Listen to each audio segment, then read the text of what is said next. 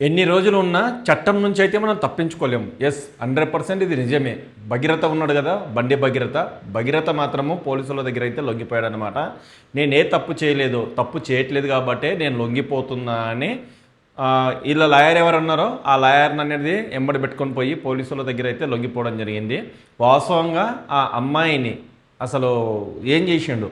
మోసం చేసిండా, లేకపోతే పోక్సో కేసు కింద అనేది అరెస్ట్ చేసిర్రా?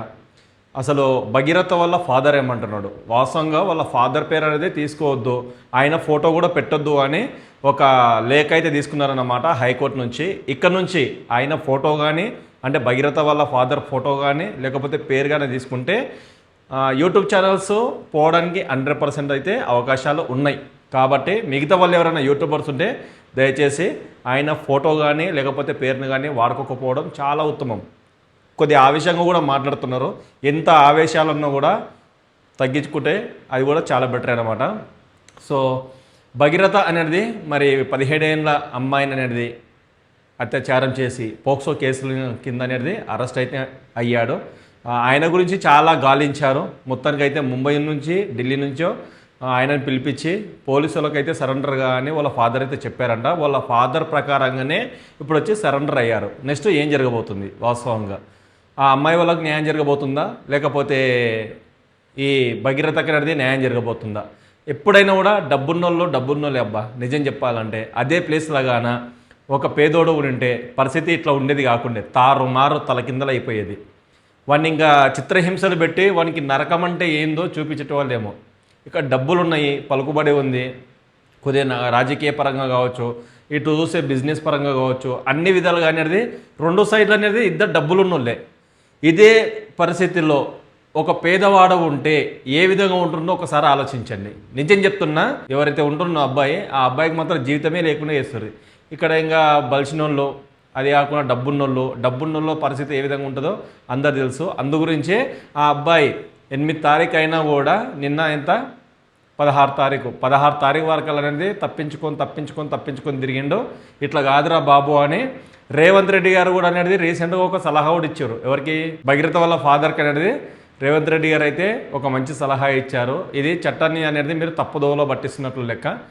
ఏమవుతుంది అయితే పోరాడి తప్పు లేనప్పుడు అనేది ఎందుకు భయపడుతున్నారు? తప్పు చేయలే అని మీరు అనుకుంటున్నారు కాబట్టి పిలిపియండి, మీ కొడుకుని పిలిపించి చట్టానికి అప్పచెప్పండి. తన పని తను చేసుకుంటూ పోతుంది. ఒకవేళ మీరు ఎలాంటి తప్పు చేయలేరు కాబట్టి మీరు కూడా పోరాడండి. ఏదన్నా ఒకటి అవుతుంది కదా. భయపడి ఇంకెన్ని రోజులు దాపెడతారు. ఎప్పటికైనా బయటికి రావాల్సిందే. ఇప్పుడు కాకపోయినా ఇంకొక 1 year తర్వాత అయినా కూడా లోపలికి పోవాల్సిందే.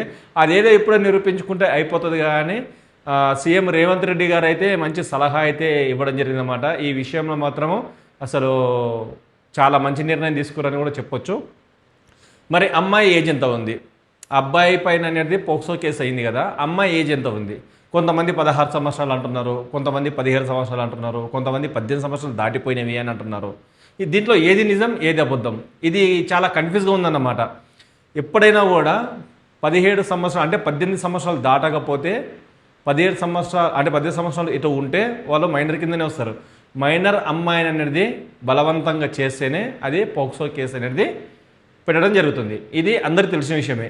మేజర్ అంటే 18 సంవత్సరాలు దాటాలి. అప్పుడు అనేది ఎవ్వరు ఏం చేయలేరు. ఎందుకంటే ఇద్దరి ఇష్టాంతరంగా వాళ్ళు కలుస్తారు, తిరుగుతారు, చేస్తారు. కాబట్టి 18 సంవత్సరాలు దాటిన తర్వాత అక్కడ ఎవరికి రైట్స్ లేవు. కొద్దుగా అనేది చట్టమే చెప్తుంది మీకు నచ్చినట్లుగా మీరు ఉండొచ్చు అని. కానీ ఇక్కడ మైనర్ కాబట్టి ఈ కేసు అనేది పెట్టడం జరిగింది. ఆ అబ్బాయి అనేది ఇప్పుడు చెంచల్గూడ జైల్లో అనేది ఉన్నాడు. సో ఇప్పుడు చాలామంది అనేది ఏంటంటే ఆ అమ్మాయి కూడా ఇష్టమే ఉంది, ఇద్దరు ఇష్టపడ్డరు కాబట్టే కలిసిర్రు.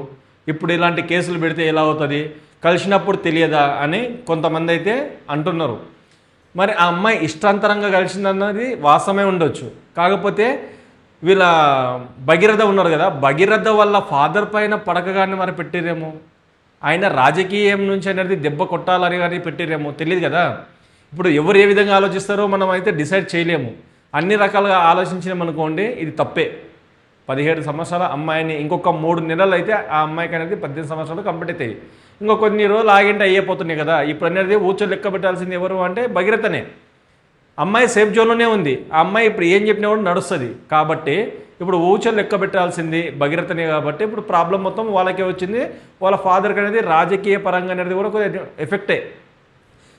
ఒక హాస్పిటల్ రికార్డ్ ప్రకారంగా చూసుకున్నా కూడా, లేకపోతే స్కూల్ రికార్డ్ ప్రకారంగా చూసుకున్నా కూడా అమ్మాయి ఏజ్ మాత్రము 17 సంవత్సరాల 9 నెలలని తేల్చారు పోలీసులు కానీ, అటు డాక్టర్స్ కానీ. ప్రైవేట్ హాస్పిటల్లో బర్త్ అయింది. ఆ హాస్పిటల్ దగ్గరికి వెళ్ళి కూడా బర్త్ సర్టిఫికేట్ రికార్డ్ తీసుకున్నారన్నమాట. రికార్డ్ తీసుకుంటే సేమ్ డేట్ ఆఫ్ బర్త్ వచ్చింది. ఏదైతే స్కూల్లో చదువుతుందో ఆ స్కూల్లో కూడా బోనఫైడ్ తీసుకున్నారు. బోనఫైడ్ ఇవ్వడానికి కారణం ఏంటంటే ఎప్పుడైతే అడ్మిషన్ అవుతారో ఏదైతే డేట్ ఆఫ్ బర్త్ అనేది అక్కడ మెన్షన్ చేపిస్తారో దాని డేట్ ఆఫ్ బర్త్ మాత్రమే ఇస్తారు. అంటే అదే డేట్ ఆఫ్ బర్త్ ఇస్తారు. ఆ డేట్లో ఏదైతే రాపించారో అది మాత్రమే ఇస్తారు. ఒకవేళ మధ్యలో చేంజ్ చేయడానికి ఇప్పట్లో అయితే చేంజ్ చేయరు. ఎందుకంటే ఇది పెద్ద ఇష్యూ అయింది కాబట్టి ఈ టైంలో అనేది డేట్ ఆఫ్ బర్త్ చేంజ్ చేయరు. ఒకవేళ చేంజ్ చేస్తే స్కూల్ మీద కూడా ఎఫెక్ట్ పడే అవకాశాలు ఎక్కువగా ఉంటాయి కాబట్టి వాళ్ళు భయపడి చేయరు. అక్కడ చూసినా కూడా హాస్పిటల్లో చూసినా కూడా స్కూల్ రికార్డ్ ప్రకారంగా చూసినా కూడా డేట్ ఆఫ్ బర్త్ అనేది సేమ్ మ్యాచ్ అవుతుంది. అంటే 17 సంవత్సరాల 9 నెలలు వస్తుంది. ఇంకొక 3 మంత్స్ అయితే 18 సంవత్సరాలు అయిపోతుంది. కానీ వల్ల ఆలోచించకుండా నేను ఎలాంటి తప్పులు చేయలేదు, నన్ను కాపాడండి అని భగీరథ అనేది చాలా వీడియోలు అయితే చేయడం చూసాము. ఆయన వాయిస్ రికార్డు కూడా వినడం జరిగింది. ఆయన అంతకుముందు రియల్గా అనేది అంటే రీల్స్లో కాకుండా రియల్గా ఏ విధంగా ఉన్నాడో అది కూడా అనేది చాలా వీడియోలు అయితే లీక్ అయితే అయినాయి. ఆయన స్మోక్ చేయడం కావచ్చు, ఇతరులను కొట్టడం కావచ్చు, అంటే వాడని మాటలు వాడి ఒకరిని తిట్టడం కావచ్చు, ఇలాంటివన్నీ అనేది జరిగినాయి. అది కూడా ఈ అబ్బాయికి ఎఫెక్టే. ఇప్పుడు ఈయనను రాజకీయ పరంగా కూడా ముందుకు తీసుకుని వద్దామని తండ్రి అయితే అనుకున్నాడు. కాకపోతే ఆ లైఫే లేకుండా పోయింది. ఇప్పుడు ఒక చెడ్డోని తీసుకొని వచ్చి మంచి జాగాలో కూర్చొని పెడితే ఓట్లు పడతాయా, లేకపోతే మంచి పేరు వస్తుందా? ఒకసారి ఆలోచించండి. ఇప్పుడు చెడ్డోడుగా మారిపోయాడు. ఒకగానొక కొడుకు మంచిగా ఉంటే అయిపోతున్నాయి కదా. ఇవల్ల తలకాయ నొప్పులు ఎందుకు, ఇంతగానో తలకాయ నొప్పులు చేసి ఈయనే 10 మందికి అనేది హిందూ ధర్మం ప్రకారంగా కావచ్చు, లేకపోతే రాజకీయ పరంగా కావచ్చు, ఒకరిని వ్యతిరేకించే టైంలో కావచ్చు చాలా గడుసుగా మాట్లాడతారు. ఎవరు? మన భగీరథ వల్ల తండ్రి. అలాంటిది కొడుకే తప్పు చేసిన తర్వాత ఆ టైంలో కూడా అన్నాడు, ఒక సభలో అన్నాడు, నా కొడుకు తప్పు చేసినా కూడా ఏదైనా చట్టమే, నా కొడుకు తప్పు చేస్తే శిక్ష పడాల్సిందే, శిక్ష పడే దగ్గర అనేది నేనైతే వదిలిపెట్టానని సభాముఖంగా అందరి మధ్యలో చెప్పిండు. చాలామంది ముంగడ అనేది ఈ మాట చెప్పడం జరిగింది. ఇప్పుడు జరిగింది కూడా అదే. బలవంతంగా అనేది తోలుకొని వచ్చారు, ఇష్టంగా కాదు. అక్కడ ఫేస్లో కనిపిస్తుంది. అరే నేను ఇది ఇంకా సీరియస్ అయిపోయేటట్లుంది. ఈయన కేంద్ర మంత్రి, కేంద్రంలో కూడా తెలిసింది అనుకోండి, నా ఇజ్జత్ మొత్తం ఇప్పటికే పోయింది. ఇంకా ఇజ్జత్ పోవాలంటే కష్టమవుతుంది. మా రాజకీయంగా పరంగా లైఫే లేకుండా పోతుంది. ఏది ఏమన్నా అయితే రా బాబు, నువ్వైతే వచ్చి లొంగిపో, ఆ తర్వాత ఏమన్నా అయితే చూసుకుందాము. నీవైతే తప్పు చేయలే అని ఒప్పుకుంటున్నావు కదా, ముందు ఏం జరుగుతుందో చూద్దాము అని నా చెప్పి పోలీసులకైతే అప్పయ్యారన్నమాట. లాయర్లు కూడా అదే అంటున్నారు, ఆయన లొంగిపోలేదు, మేమైతే సరెండర్ చేస్తున్నాము. ఎందుకంటే ఇది రేపటి నాడకనేది సీరియస్ కావద్దన్న ఉద్దేశం దగ్గర అన్ని విధాలుగా ఆలోచించి మేమైతే సరెండర్ చేస్తున్నామని ఈ అబ్బాయి తరపుకి వెళ్ళి ఎవరైతే లాయర్ ఉన్నారో వాళ్ళు కూడా అనేది చెప్పడం జరిగింది అనమాట. కానీ ఇక్కడ ఒకటే క్వశ్చన్ మార్కు, ఉన్నోడు ఉన్నోడే, లేనోడు లేనోడే. ఇది మాత్రము నిరుపేదలో అంటే మిడిల్ క్లాస్లో జరిగిందే మాత్రము మామూలుగా వారు ఉండకుండే, నిజంగా మామూలుగా వారు ఉండకుండే. న్యాయం గురించి అనేది ఇంకా వాళ్ళు ఏం చేయాలో అర్థం కాని పరిస్థితిలో ఉంటుండే. ఇది తప్పే వాస్తవంగా. అమ్మాయి నిర్ణయం ప్రకారంగా అమ్మాయికి ఇష్టం ఉన్నా కూడా తప్పే, అబ్బాయికి ఇష్టం ఉన్నా తప్పే. ఇద్దరు ఇష్టపడి తప్పు చేసినా కూడా తప్పే. ఎందుకంటే మైనర్ అమ్మాయిని ఒక మేజర్ అబ్బాయి ఏ విధంగా చేస్తాడు? చెప్పే ఉండాలి కదా. ఆ 5 నిమిషాలు 10 నిమిషాల సుఖాల గురించి జీవితాలనే నాశనం చేసుకోవాలంటే ఎలా అవుతుంది?